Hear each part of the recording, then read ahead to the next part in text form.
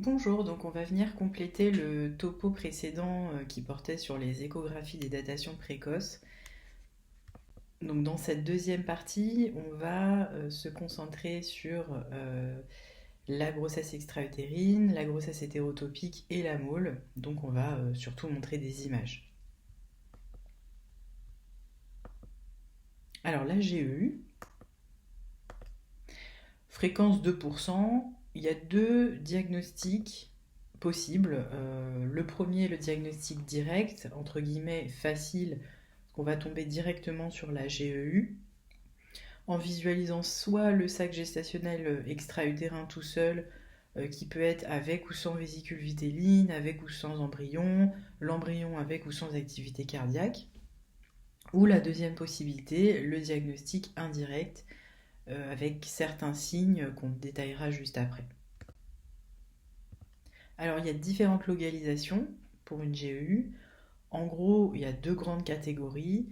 Les GEU tubaires les plus fréquentes, donc qui peuvent être ampulaires à ce niveau-là, isthmiques ou infundibulaires ici, et les GEU extratubères qui peuvent se situer dans la portion interstitielle de la trompe. Alors, c'est quand même une GEU extratubère, bon, c'est comme ça. Ovarienne, abdominale, donc là dans la cavité abdominale, alors ça c'est vraiment beaucoup plus rare. Les grossesses cervicales aussi très rares, ou les GEU sur corne rudimentaire. Donc ça concerne les utérus avec une malformation U4A de la classification Escheré, qui correspond en fait à un utérus unicorne avec une corne rudimentaire, et on peut avoir la GEU qui se niche ici. Alors on va voir différentes images. Déjà pour le diagnostic direct, dans le cas ici d'une GEU tubaire. Alors j'espère que la vidéo va fonctionner. On a ici une image de sac, on le voit, avec, je vais essayer de revenir en arrière, avec la couronne trophoblastique, la partie hyperéchogène assez épaisse et le sac anéchogène. Et à l'intérieur, on voit une vésicule vitelline, un embryon. Et juste à côté de cette masse, on a, c'est ce que j'ai voulu montrer en violet, on a l'ovaire. Avec les follicules, c'est les petits ronds noirs.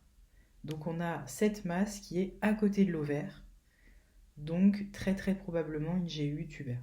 De toute façon, le diagnostic, il se fera au bloc opératoire pour la localisation exacte de la GEU, sur une grossesse aussi avancée. Mais voilà, en tout cas, c'est très probablement une GEU tubaire. Et ici, deux vidéos, alors simplement pour montrer l'activité cardiaque avec le Doppler sur l'embryon. Donc un embryon qui a une activité cardiaque. Et à droite, c'est la vue d'ensemble, trophoblaste, embryon, vésicule vitelline.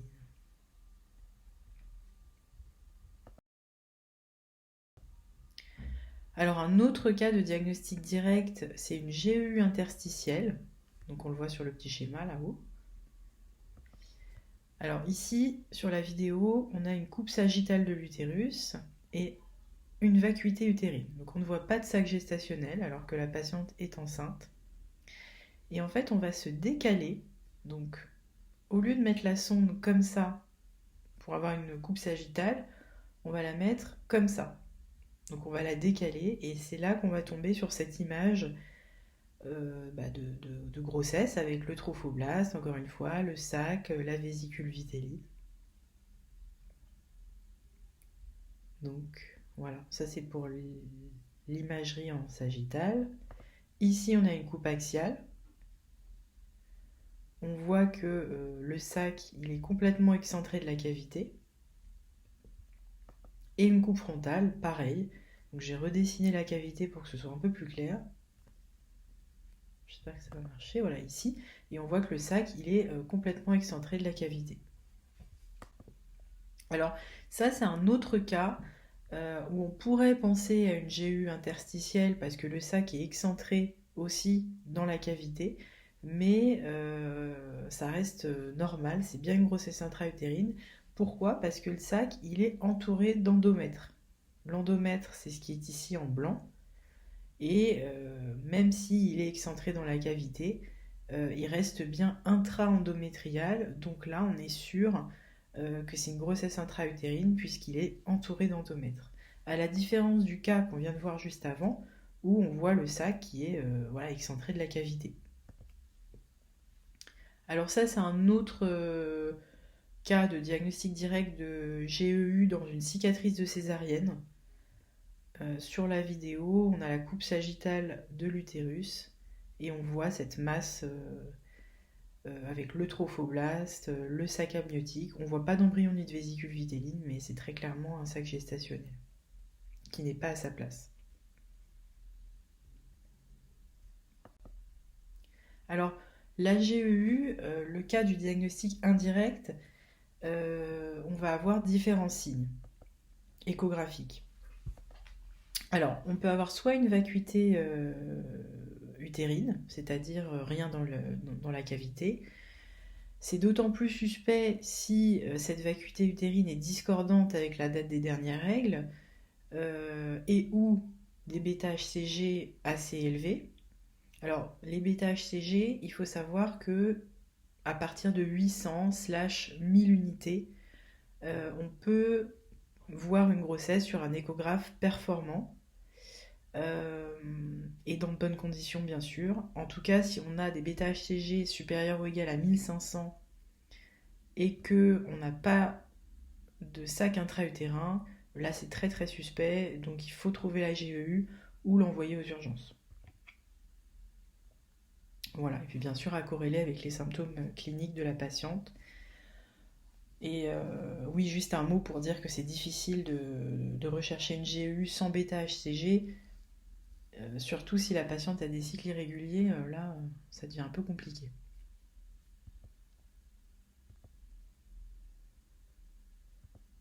Alors il y a d'autres signes échographiques dans le diagnostic indirect de GEU. L'endomètre, attention, il peut être fin ou épais. Un endomètre fin n'exclut pas une GEU. Donc en gros, on peut avoir cette situation ou cette situation, à gauche endomètre épais, à droite endomètre fin.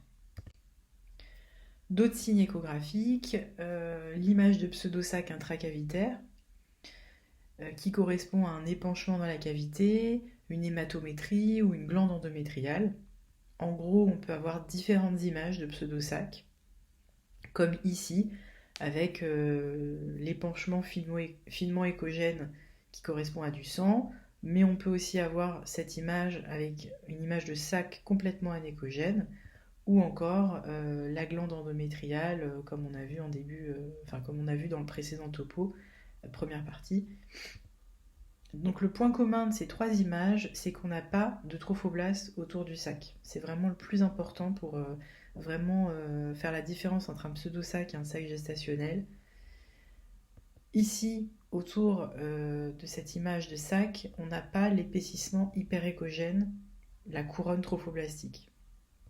Pareil ici, sur cette glande endométriale, on n'a pas le trophoblaste.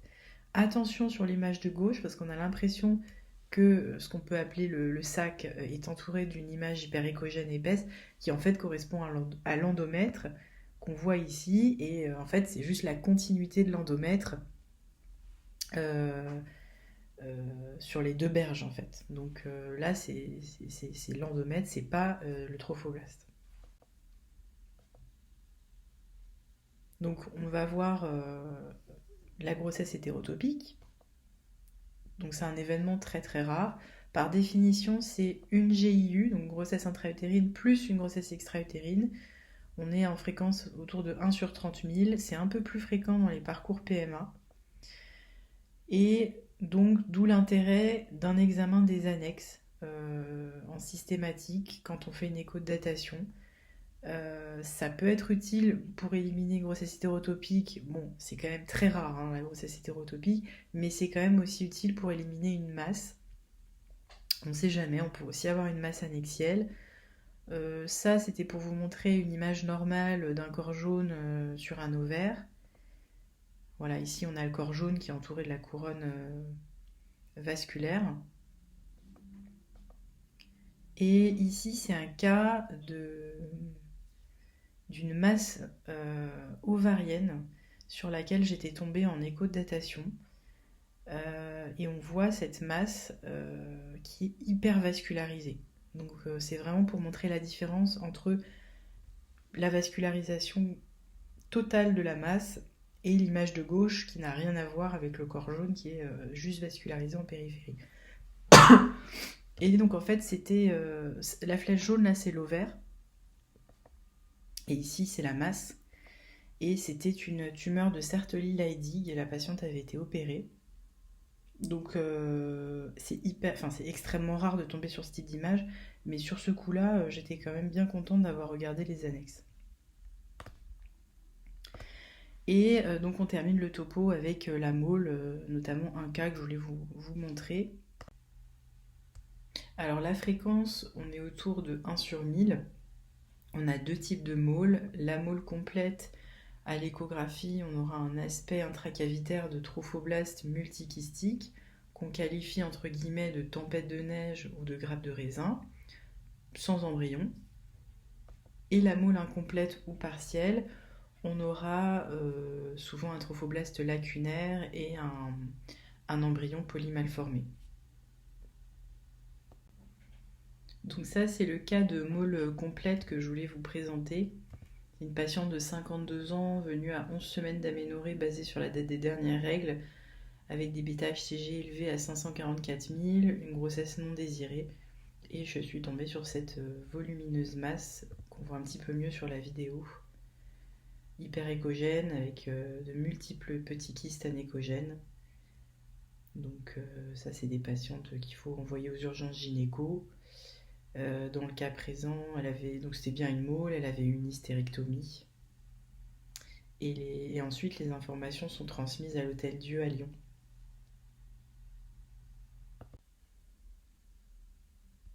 Voilà, je vous remercie pour votre attention.